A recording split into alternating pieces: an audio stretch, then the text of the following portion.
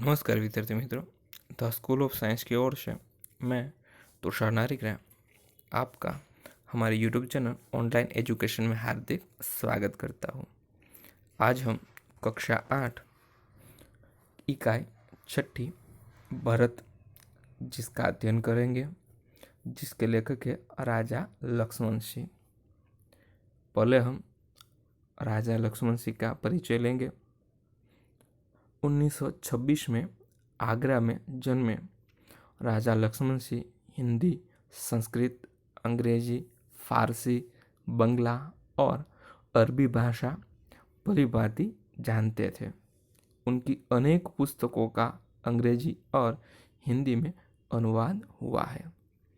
कालिदास के अभिज्ञान शाकुंतलम, मेघदूत और रघुवंश के हिंदी अनुवाद पर इन्हें पुरस्कार भी दिया गया।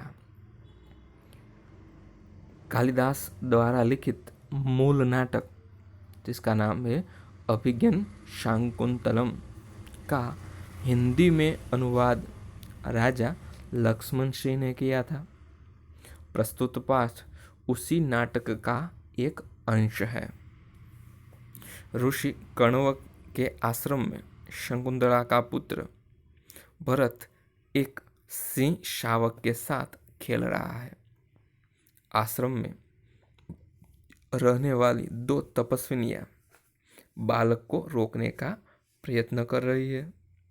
राजा दुष्यंत छुपकर इस मनोहर दृश्य का आनंद ले रहे हैं।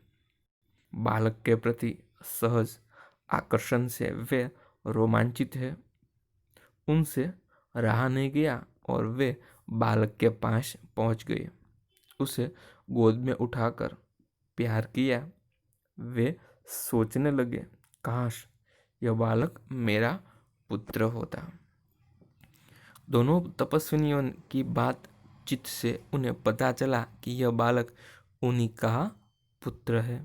यह जानकर वे खुशी से झूम उठे। अब यहाँ पर पात्र परिचय, जो बालक है जिसका नाम भरत है। तपस्विनी, यहाँ पर 2 तपस्विनी है, पहली तपस्विनी और दूसरी तपस्विनी, और एक राजा है जिसका नाम है दुष्यंत। कुल मिलाकर यहाँ पर 4 पात्र है वह दिए गए हैं।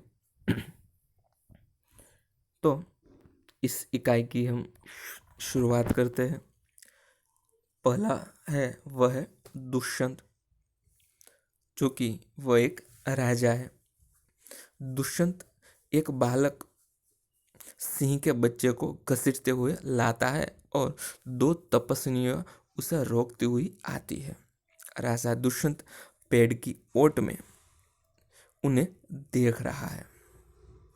राजा दुष्यंत પાઠની શરૂઆત થાય છે અને શરૂઆતમાં દુષ્યંત છે એ જુએ છે પોતાની આંખથી તો એક બાળક છે એ સિંહને પોતાના હાથથી ઘસીટતું લાવે છે અને એવામાં 2 તપસ્વીની એટલે કે જે તપસ્યા કરનાર સ્ત્રી એ 2 છે એને રોકે છે।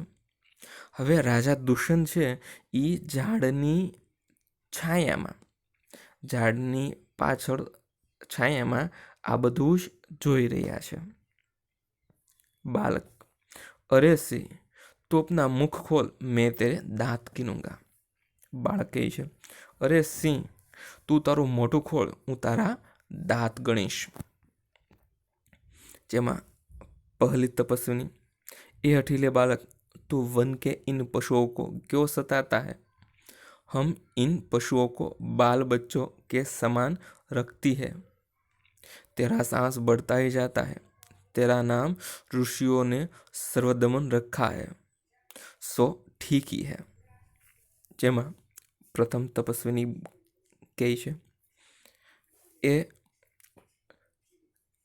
अठीले बाळक એટલે કે પોતાના એ જિદ્દી બાળક, તું આ वन એટલે કે આ જંગલના પશુઓને શું કામ સતાવે છે?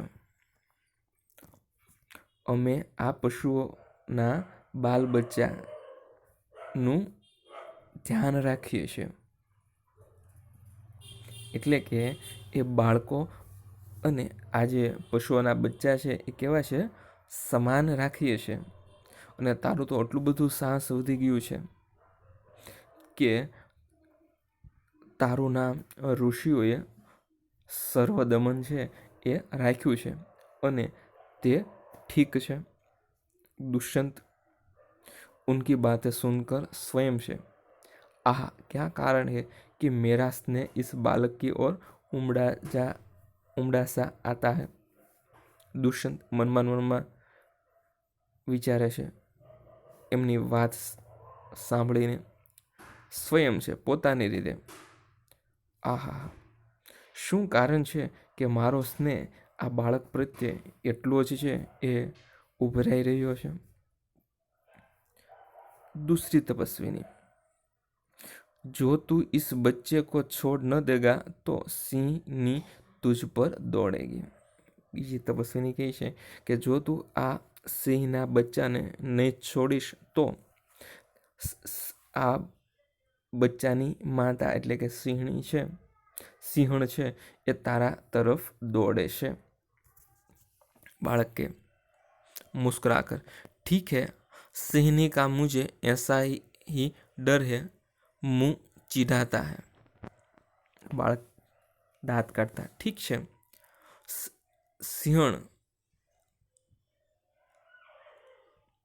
સિંહણીનું મને એવી જ રીતે છે એ ડર છે, મોઢાને ખીજાતા હોય તેવી રીતે.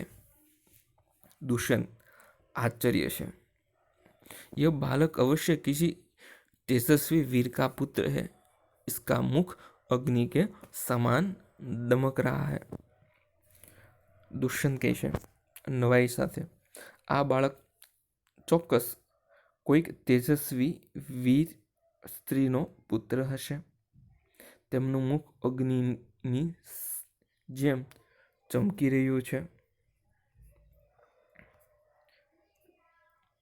पहली तपस्विनी, हे प्यारे बालक, सिंह के बच्चे को छोड़ दे, मैं तुझे खिलौना दूंगी. प्रथम तपस्विनी કહે છે કે હે વહાલા બાલક, સિંહના બચ્ચાને તું છોડી મૂક, હું તને રમકડા આપીશ. બાળક, हाथ पसार कर, पहले खिलौना दे दो, लाओ कहाँ है? बालक કહે છે પહેલા રમકડા આપો, ક્યાં છે? दुष्यंत के दूर से बालक की हथेली को देखकर स्वयं से, आहा, इसके हाथ में चक्रवर्तियों के लक्षण है, उंगलियों पर कैसा अद्भुत जाल है और हथेली की शोभा प्रातः कमल को भी लज्जित कर रही है. दुष्यंत દૂરથી આ બાળકની હથેળીને જુએ છે અને પોતાને, આહા, આમના હાથમાં ચક્રવર્તીઓના લક્ષણ છે, આંગળીઓ ઉપર એવું અદ્ભુત ઝાડ છે અને હથેળીની શોભા તો એકાએક જાણે કે કમળને પણ શરમાવે રહ્યું હોય તેવું જોવા મળે છે. दूसरी तपस्विनी, हे सखी सुब्रता, यह बातों से न मानेगा, जा मेरी कुटिया में ऋषि कुमार के खेलने के लिए मिट्टी का मोर रखा है, उसे ले आ. बीजी तपस्विनी કહે છે, હે સખી સુબ્રતા, આ વાતથી નહીં માને, જા મારી ઓરડીમાં ઋષિકુમારને રમવા માટીના રમકડા છે, જેમાં મોર છે તે તું લઈ આવ.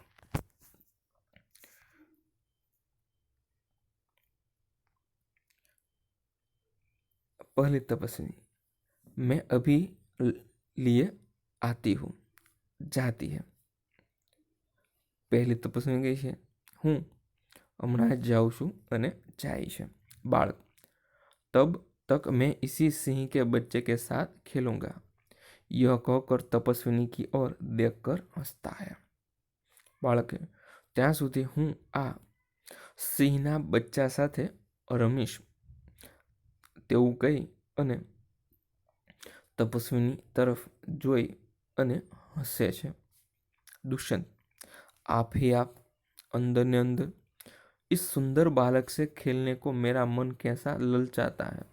आह भरकर धन्य है वे मनुष्य जो अपने पुत्रों को गोद में लेकर अनेक अंग की धूली से अपनी गोद मैली करते हैं और पुत्रों के मुख अकारण हंसी से खुलकर उज्जवल दांतों की शोभा दिखाते और तुतले वचन बोलते हैं.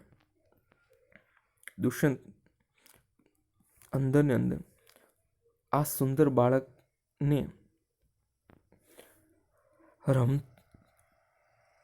રમવા મારું મન કેવું લલચાય છે. અંદરથી આ ભરીને ધન્ય છે એ મનુષ્ય જે પોતાના પુત્રને ગોદમાં લઈને અનેક પોતાના અંગોથી ધૂળથી પોતાની જે ગોદ છે એ મેલી કરે છે અને પુત્રોના મુખ ઉપર કારણ વગર હસીને ખુલીને સફેદ દાંતોની શોભા દેખાડે છે અને તોતલા વચન છે એ બોલે છે, એટલે કે કાલું ઘેલું છે એ વચન બોલતા હોય છે. તો વિદ્યાર્થી મિત્રો, આજે આપણે અહીંયા સુધી છે એ જોયું. ફરી વખત આવતા લેક્ચર વ્યૂમાં છે આ પાઠને આગળ જોઈશું. ત્યાં સુધી અસ્તુ. જય હિન્દ.